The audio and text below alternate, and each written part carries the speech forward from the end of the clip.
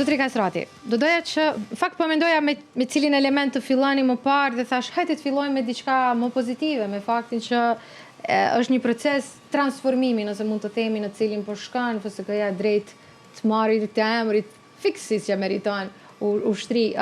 Ku ndodhemi sot realisht në këtë proces edhe apo ecën sipas këtij planit të paraparë, mos gabofsha ishte 2028 një vit i përcaktuar për këtë proces. Po ky program apo ky plan është bërë në kohën kur unë kam drejtuar Forcën e Sigurisë së Kosovës 2011-2013 dhe ky plan ka qenë i përpiluar në 3 faza.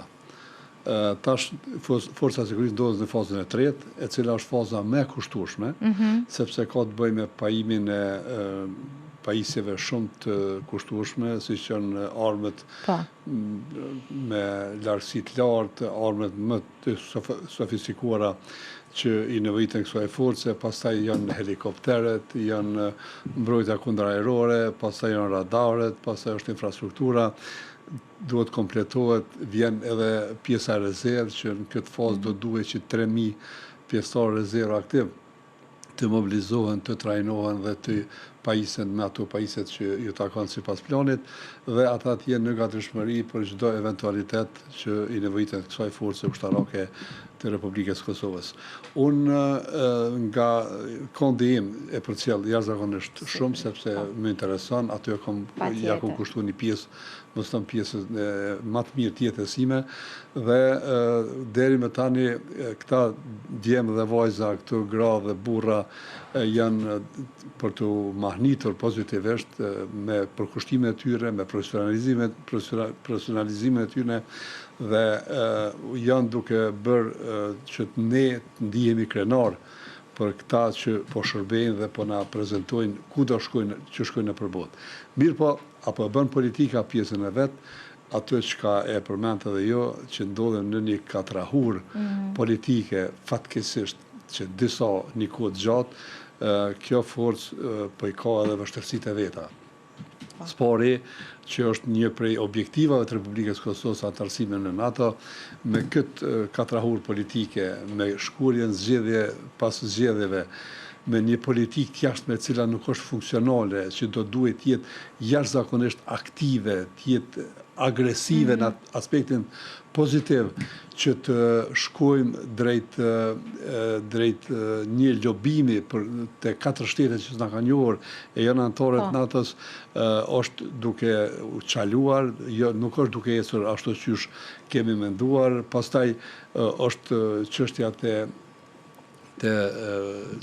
e investimeve të mjaftueshme apo buxheti mjaftueshme, edhe pse kryeministri në detyrë e tha para një kohe që do të investojë 1 miliard euro në forcën e sigurisë. Por këto deklarata e ka kryesisht në fushatën zgjedhore. Jo, unë t'ju them diçka më konkret. Ai ka menduar për 4 vitet e ardhshme. 208 milion ka qenë në vitin 2026 buxheti. Nëse i shumëzojmë herë 4, bjen diku 830 milion. Edhe nëse kemi të bëjmë atë fazën që e thash në fillim, që është faza më e kushtueshme, atëherë 170 milion janë shumë pak, nëse e llogaritëm edhe 3000 pjesëtar rezervë që do duhet të rekrutohen, do duhet të trajnohen, të pajisën me uniforma, me çizme, me pajisje individuale, me armë që aty jo përkasin, atëherë unë si profesionist i kësaj fushë faktikisht e shoh që ajo është një fushat më tepër për po sepse luhet me shifra dhe tingëllon bukur për tingëllon bukur 1 miliard, por nëse i llogaritëm për 4 vite se çka duhet investohet, ajo nuk është e mjaftueshme. Unë këtë studion e juaj e kam thonë shumë herë që na jemi në fazën e ngritjes kapaciteteve. Nuk jemi në fazën e menaxhimit të këtyre kapaciteteve, do të thonë akoma jemi duke u ngjitur lart deri në pikën ku dhe ku jemi në këtë ngjitje që po bëjmë. Në këtë ngjitje jemi dikon ka nga 1/80. Po dikon te 7, apo te 7 fuqia motorëve do duhet të jetë shumë e madhe. Edhe investimin në këtë ngjitje këtyne kapacitetet do duhet të ishte shumë e madhe. 2% ju e dini shumë mirë që shtetet që kanë kapacitetet për me mirëbojt të kapacitete nuk janë të mjaftueshme dhe presidenti Trump ka kërkuar të gjitha shtetet e NATO që të ngritet në 5%. E ne jemi në ngritje sipër dhe ne kënaqemi me 2%, kjo është me të vërtet për të ardhur keq dhe duke parë edhe një rreziqe tjera, duhet ta përmeni këto, Serbia është duke u armatosur gjithandej prej Rusie, prej Kine, prej France, prej KMS, po jep kërcënime të vazhdueshme presidenti Vučić, përgatitet çdo herë. Ne e kemi natën këto, po përgatitet çdo herë që në momentin që e shef ajo të arsyeshme, sigurisht që do të planifikoj se i planet i kanë të gatshme. Nëse shohim politikën që po bën sot Vučići, na kujton shumë atë të cilën bënte dikur Putini para se sulmonte Ukrainën. Absolutisht, edhe Vučić do ta sulmonte Kosovën nesër nëse jepet mundësia, edhe ne do duhet që të përgatitemi për atë ditën që nëse ndodha ndonjëherë. Pavarësisht se ne kemi dëshirë që të lëvdohemi ka pak, e kemi KFOR-in, po KFOR-i nuk do të rrinë përjetësisht. Dhe KFOR-i tash e tutje e ka parë një mundësi që të zvogëloj forcët e veta në teren, dhe kjo mu më ka gëzuar një aspekt. Ka gëzuar një aspekt sepse unë e kom thonë para ka 2 vite ma tepër, e kom thonë që Ministria Mbrojtës, Qeveria e Republikës Kosovës do duhet që të bëj një kontakt dhe një plan me NATO-n në Bruxelles që dal nga dal kjo forcë ushtarake e Kosovës të merë disa kompetenca, sepse 2028 ne do t'jemi operacional si pas planit dhe primit. Dhe nëse do t'jemi operacional, atëherë ne do duhet dal nga dal të marrën disa detyra nga KFOR-i, nga NATO-ja, që të kryejmë detyrat e shtëpisë, sepse kemi mision në kushtetutë që kjo forcë do të duhet të jetë e gatshme me mbrojtje sovranitetin dhe integritetin territorial të Republikës Kosovës, një prej detyrave kryesore që e ka çdo ushtri në botë. Patjetër. Përmendëm këta dronët, këto mjetet e specializuara të cilat kur vinë në Kosovë bëhet një buje e madhe. Neve na pëlqen këto sepse kam bindin si popull e kemi pas gjithmonë nevojën me di që kemi një ushtri që po forcohet. Por përtej këtyre propagandave që bëhen mediale dhe në rrjetet sociale, kemi një realitet tjetër jo shumë të këndshëm brenda kësaj ushtrie. Mu më pëlqen me i thonë ushtrie, edhe pse ende... Po, edhe është ushtri. Po. Nëse veç shohim dhe bisedojmë me ushtarët e FSK-s, kemi pak kënaqësi të mëdha duke filluar me ato skandalet e ushqimit që ndodhen muaj më parë, e deri tek veshmbathjet e tyre të cilat ata çdo ditë duhet të shfrytëzojnë për të mos folur për rotë shtesë dhe pushimet e gjithçka tjetër. Nuk janë vetëm këto. Po flasim për gjëra më elementare që i duhen një njeriu për të qenë i përkushtuar në punën e tij. Mu vjen shumë keq. Me të vërtetë vjen jashtëzakonisht keq që pjesëtarët e forcave tona të armatosura e paditin shtetin. Po. Që s'ka ndodhur askund botë. Që e paditin shtetin për arsye që nuk ja u kryen obligimet që ata i kanë. Në kohën kur kam qenë unë, kur e kam drejtuar këtë forcë, çdo pjesëtar, oficer dhe nën-oficer, që ka shkuar jashtë Republikës Kosovës për shkollime, trajnime, stërvitje, ata e kanë marrë meditjet. Çaj pjesëtar që shkon jashtë, ai meditjet i nevojiten për nevojat vetat, kurse pagën ai duhet ta lënë familjes tu.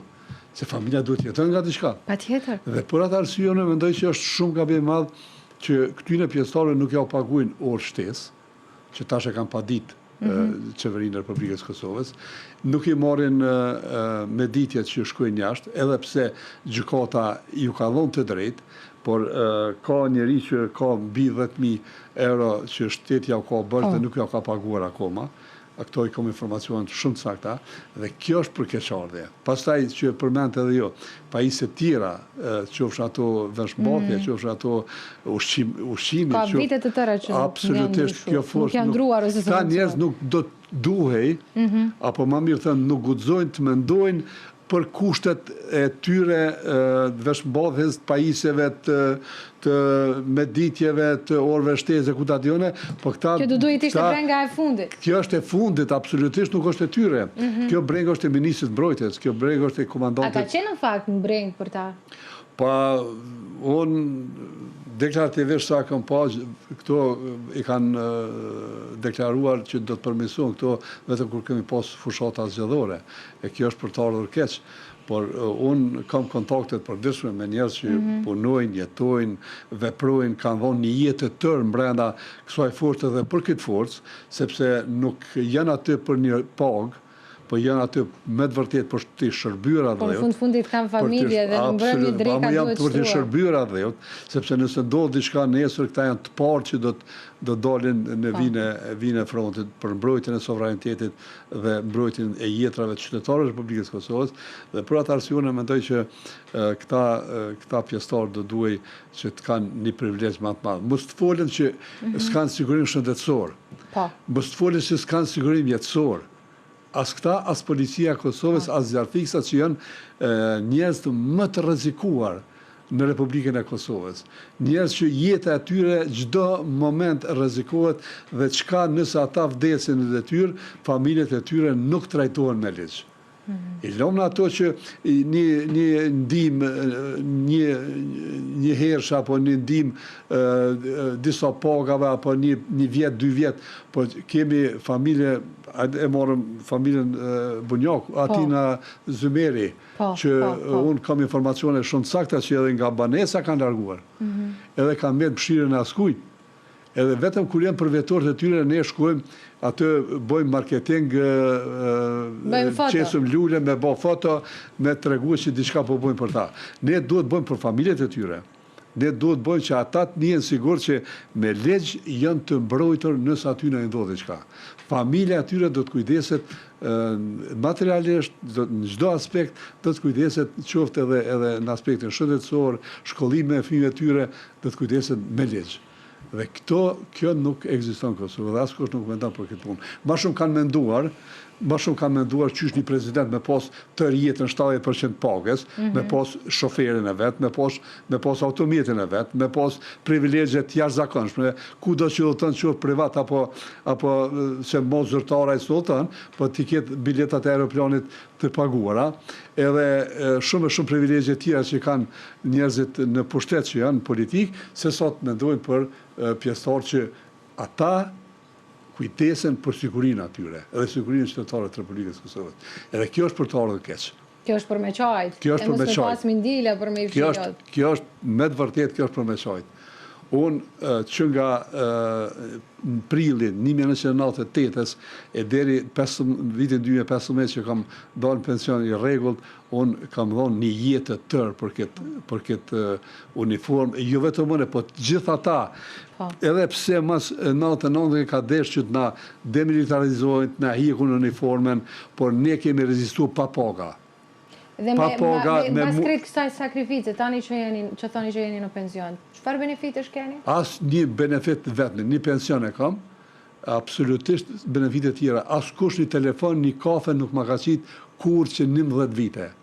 Edhe pse kam marrë pjesë në gjitha proceset, nga ngritja e strukturës të ushtrisë qendrore të Kosovës, nga udhëheqja, nga transformimi të UÇK-s në TMK, nga kam udhëheq komisioni për një vit për dizajnimin e forcës sigurisë Kosovës, se çish do duket me grupin. Ka shpejt ne harrojmë kontributin e njerëzve. Ne i harrojmë të gjitha. I harrojmë të gjitha del në pension. T'ju tregoj një gjë. Kam qenë 6 herë në Amerikë, Shtetet Bashkuara të Amerikës, 3 herë kam qenë në Pentagon. Sa herë jam taku me homolog të mit, në takime zyrtare ai ka pas 2 deri në 3 general në pension këshilltar. Ju kanë ftuar juve ndonjëherë? Kur, asnjëherë, asnjë kafe me pi. Përveç ish ministrit Mehaj, që na ka ftuar çdo 3-4 muaj me na informue se ku jemi, deri ku kam rri me procesin e transformimit, asnjë komandant apo asnjë ministër asnjëherë nuk na ka ftuar spaku me na dhon një kafe, me thonë vetëm desha t'ju qarrosim një kafe, t'ju falenderoj për kontributin e dhon gjatë kësaj kohe. Tani kjo pyetje tingëllon shumë personale, po sa ke pensionin zotri Petri? Pensionin e kemi të mirë na si Forca e Sigurisë Kosovës, si kemi 60% pagës fundit. Sepse po e mendoja këtë realitetin e hidhur të pensionistëve edhe kjo është pak krahasuar me atë që është një handicap tjetër. Duhet ta them publikisht. Kam pru një vendim që kush e ka pensionin 1.500 euro mos t'i rritet fare. Mua që 10 vjetë kam dhënë pension, asnjë cent mua nuk mu ka rrit pensioni. A çmimet që 11 vjetë ne e dim ku kanë shkuar. Edhe kjo është me të vërtet për të ardhur keq të merret një vendim i tillë, pse? Po na e kemi dhënë një kontribut.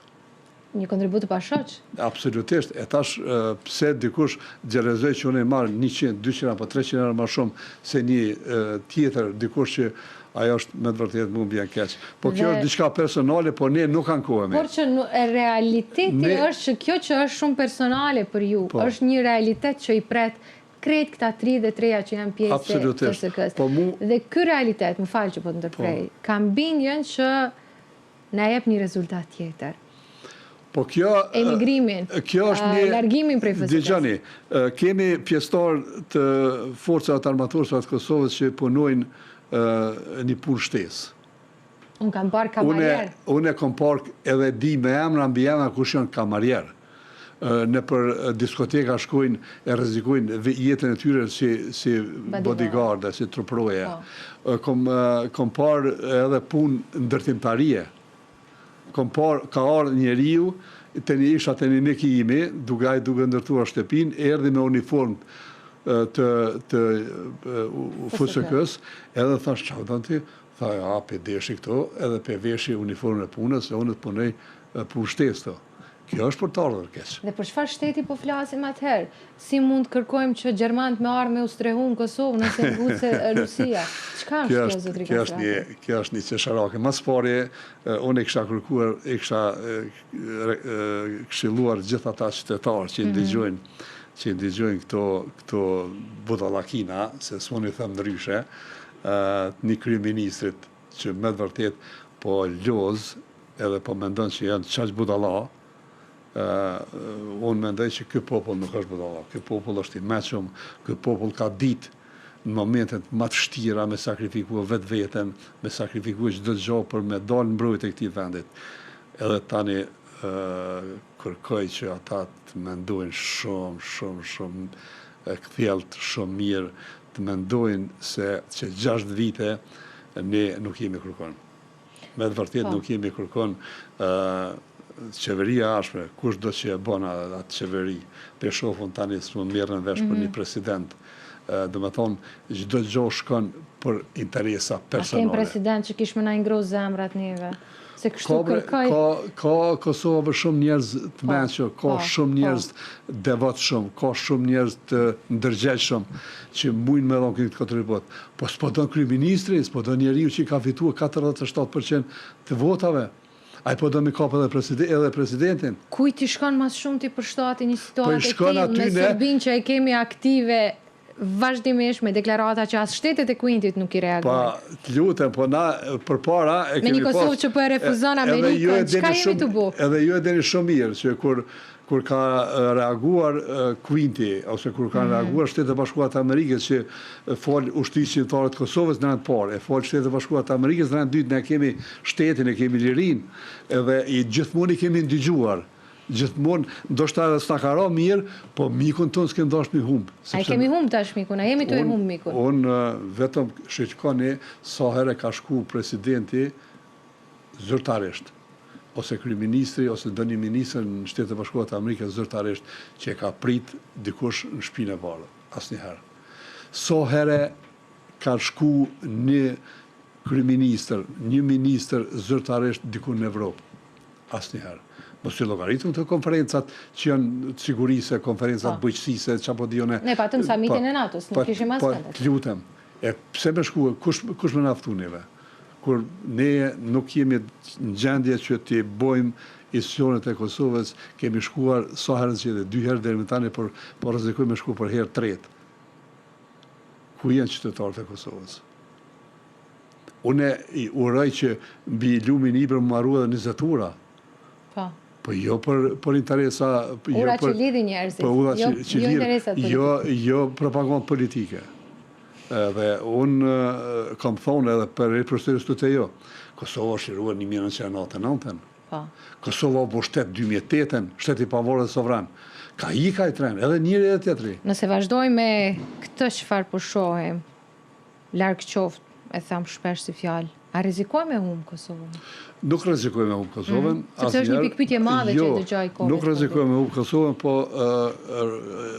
do të na nevojiten shumë e shumë vite që mu kthye, mas pari me këty besimin të partnerët tonë, aty ku kemi pas, edhe ku jemi konë para vitit 2000, hajde të thëmë 2019, pastaj ekonomia e Kosovës po shkatërrohet, po shkatërrohet arsimi, po shkatërrohet shëndetësia, po shkatërrohet çdo gjë. Dhe shkon në spital, unë personalisht kam shkuar, nuk I gjen kom pasur të afërm të mi në spital. Një shireng nuk duhet me dalë me ble. Pavarësisht që po rrehen topona, po thënë që e kemi bërë këtë, e kemi bërë atë. Por realiteti është ndryshe. Është shumë e hidhur në fakt. Shkoni pyet një qytetar që janë brenda aty, që janë të shtrim spital. Ata ju tregojnë më së miri për çysh është situata e shëndetësisë. Ku kem arsimin? Arsimi është alfa omega e çdo shoqërie në përgjithësi. Prej arsimit del mjeku, del inxhinieri, del ushtari, del policia, të gjithë dalin prej aty. Ku jemi në vendin e parafundit në Evropë apo në botë. Kjo të tregon më së miri. Aferat e rrymës, aferat e gjithçkafit. Isha djeme në mektimin, edhe pi shumë kafe, po më tregon punon në kek, në prodhim të energjisë. Thot, kamionat kur nuk nalen me thëngjëll drejtim të Maqedonisë. Dhe ne blejmë energji prej Serbisë?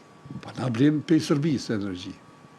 Nuk e lejum gasin, nuk e lejum dërtimin Amerikanë afruan me na marrë termocentralën e ri.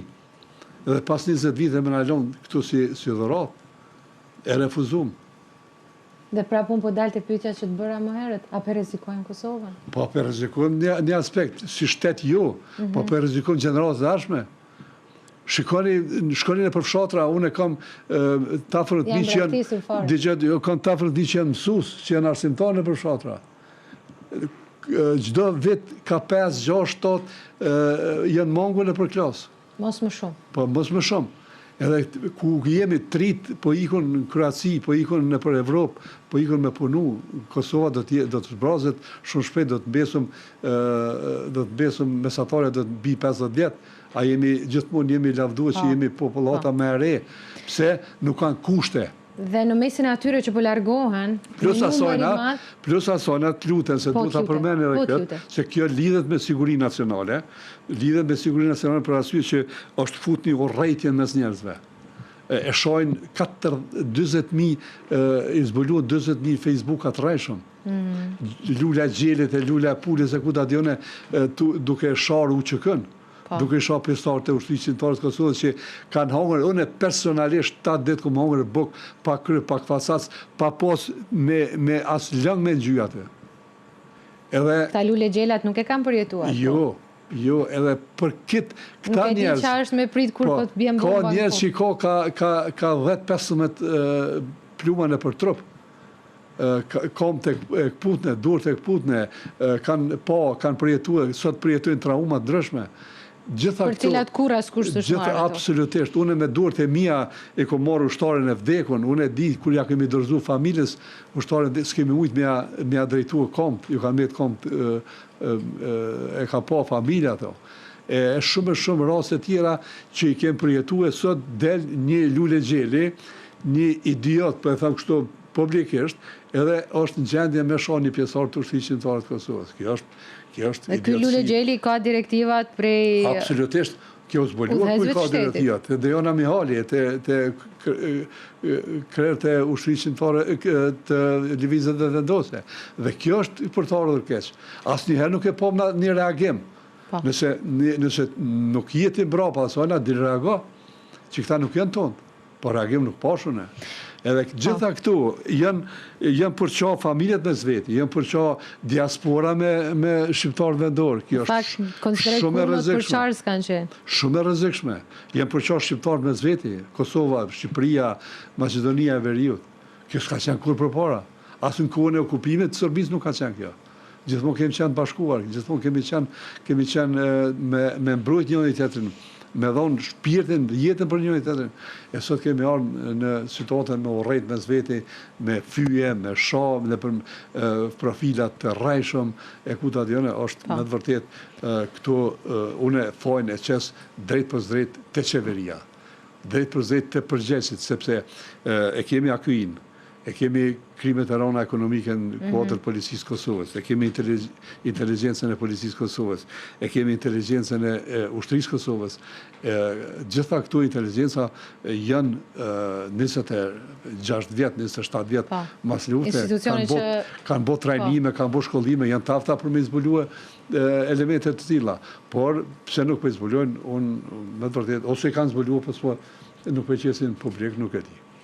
Nga njerë është mirë edhe mos me ditë shumë, se më ndej... Po na do të me ditë, qytetarë do të me ditë.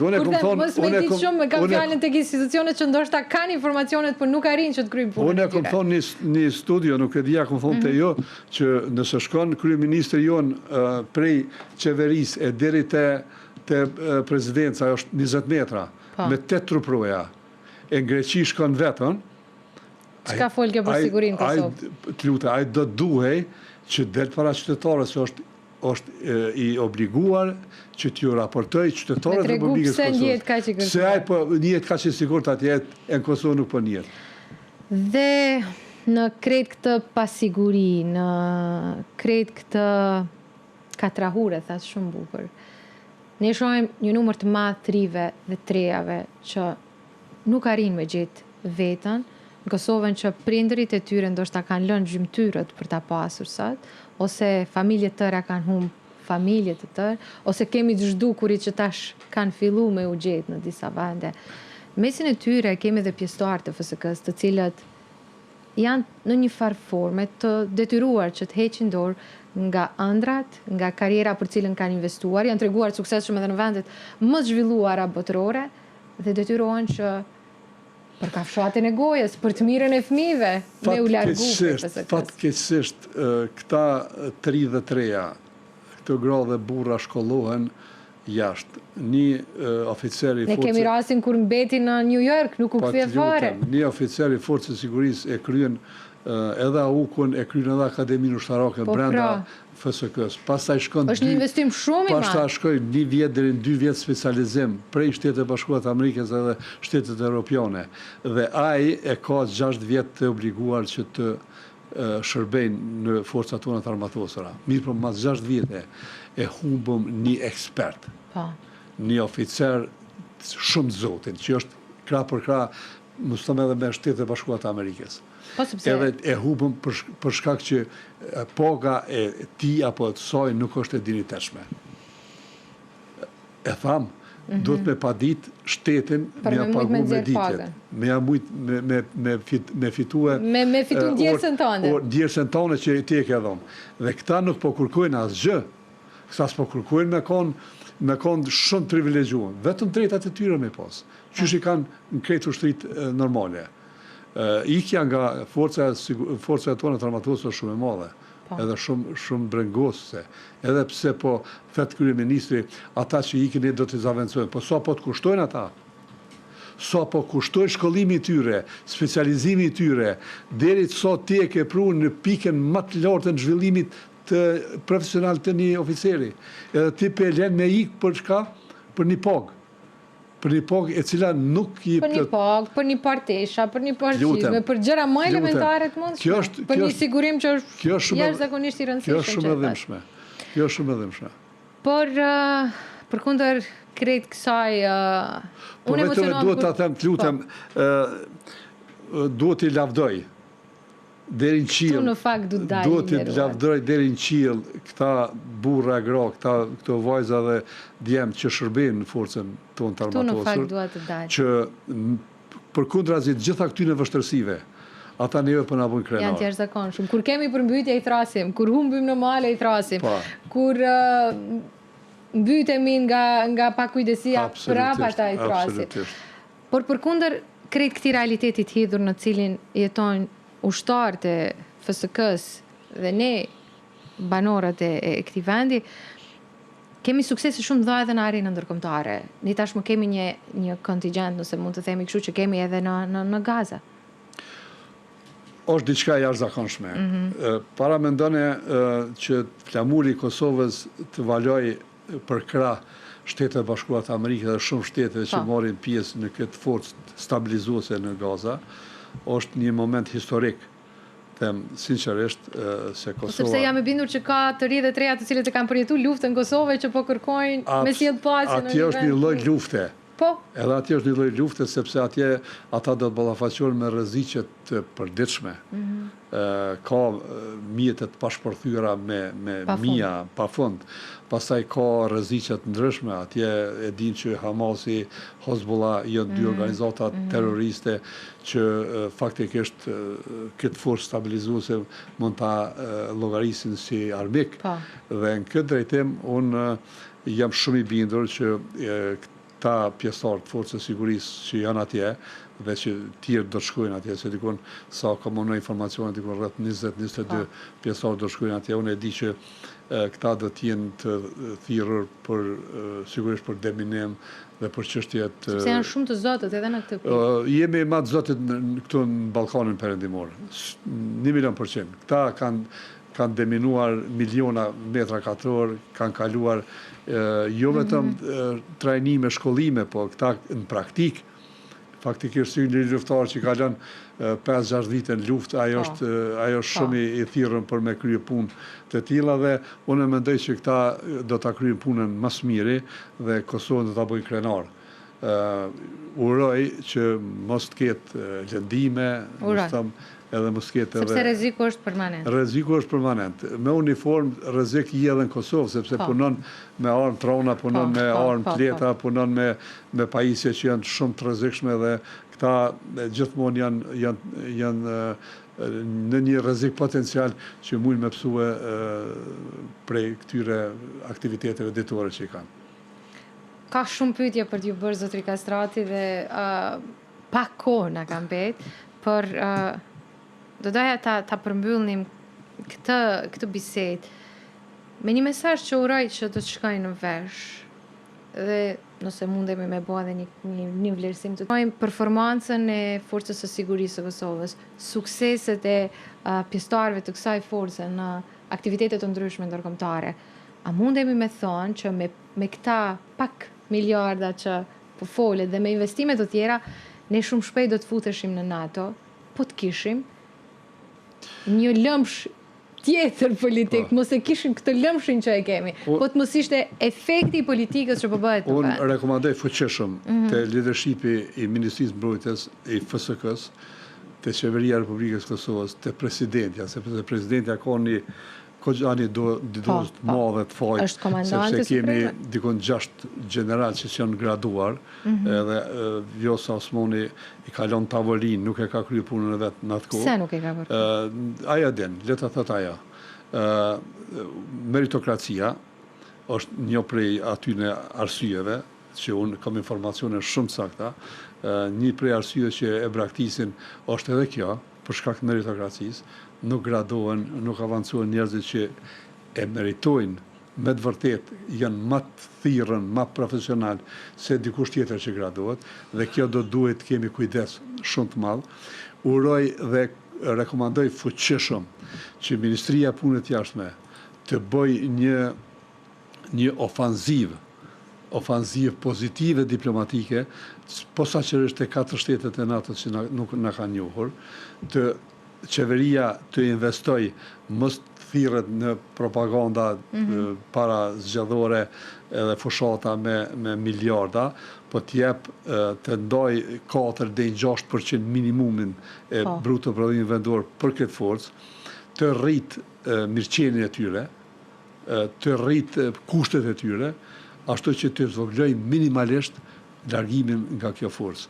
Dhe nëse e bën këto që i thash unë, a mundemi me bë, sepse pas siguri nuk ka jetë, s'ka investim, s'ka as ekonomi, as ka as gjë në Kosovë. Ojri, a mund jetojmë në pajrë? Jo. as shteti pa siguri nuk mund të jeton. Në fakt në një ambient dhe në territorin në cilin ne jemi, ku po jetojmë siguria është në një ambient global, jo vetëm Kosovë, ne do duhet që ta kemi një prej prioriteteve kryesore, ta kemi forcat tona të armatosura dhe policinë e Kosovës. Dhe për këtë arsye, unë e rekomandoj fuqishëm që të bëjnë një studim të veçantë që ta qesin në tavolinë si prioritet që këtë forcë të armatosur ta çojnë drejt asaj pike ku do të jenë të gatshëm të kryejnë gjitha detyrimet që dalin nga kushtetuta dhe nga ligjet e kësaj force të armatosur. Dhe për këtë arsye, unë rekomandoj fuqishëm që trit dhe trejat uniformën që ta veshin me krenari, sepse janë pasardhës të ushtrisë shqiptare të Kosovës, janë pasardhës të herojve që kanë dhënë jetën për këtë vend dhe UÇK-ja është një e arritur që nga Skënderbeu deri në UÇK kur shqiptarët e Kosovës nuk kanë pasur rastin që ta bëjnë një luftë të organizuar, një luftë të mirëfillt dhe ta fitojmë shtetin e Kosovës që kemi sot. Ta ruajmë me xhelozi dhe ta ruajmë me çdo çmim. Për ta përmbyllur këtë intervistë, në cilën e tham që ka edhe shumë për të fol, do doja që të ndroja pak temë, por që prap lidhet me FSK-n, me ushtrinë e Kosovës, me sigurinë e vendit, me politikën aktuale. Çfarë pritni nga 16 shtatori në Hag? Unë personalisht pres lirim, vendim lirues, sepse lufta e ushtrisë shqiptare të Kosovës ka qenë luftë e drejtë. Gjithë brumi, unë kam qenë vetë dëshmitar atje. Gjithë brumi i kësaj aktakuze është gatue në Beograd dhe në Moskë. Absolutisht dëshmitar që kanë qenë atje kanë qenë të paguar nga shërbimi sekret serb edhe rus. Dhe as një pikë e aktakuzës që unë e kom parë atje dhe jam marrë në pyetje nuk ka të bëj me këta njerëz që janë atje, nuk ka të bëj fare me ushtrinë shqiptare të Kosovës, sepse unë nga dita e parë, nga prilli 1998 që jam përshëndet me familjen tem që kam jetuar në Pull të Kroacisë, në Bregdetin kroat, unë jam marrë këto vetëm për një qëllim, për me kontribua ushtrisë shqiptare të Kosovës me bo një luftë të drejtë, një luftë që është në kufit dhe në kornizat e ligjeve ndërkombëtare të luftës, dhe unë para qytetarëve me përgjegjësi të plotë e them që ushtria shqiptare të Kosovës asnjëherë nuk ka bë krime, por ka bë një luftë të drejtë me luftu armikun dhe me largu nga truet tona.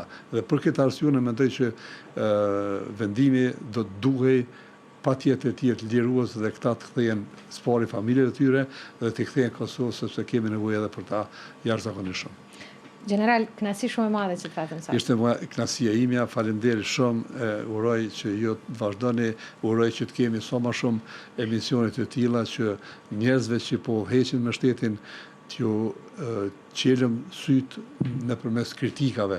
Gjitha këto kritika që e dhash, nuk i dhash se unë e urrej dikën, s'jam antar e asnjë partie politike, por deri të marrin si këshillat mijat, sepse unë kam një eksperiencë të jashtëzakonshme. Kemë shumë nevojë. Absolutisht, dhe unë mendoj që edhe nëse më thrasin jam çdo herë i gatshëm pa asnjë cent shkoj të dho këshillat, moj ligjërata. Bile edhe kafe nëse s'qesin. Absolutisht. Faleminderit shumë. Ishte kënaqësi, faleminderit.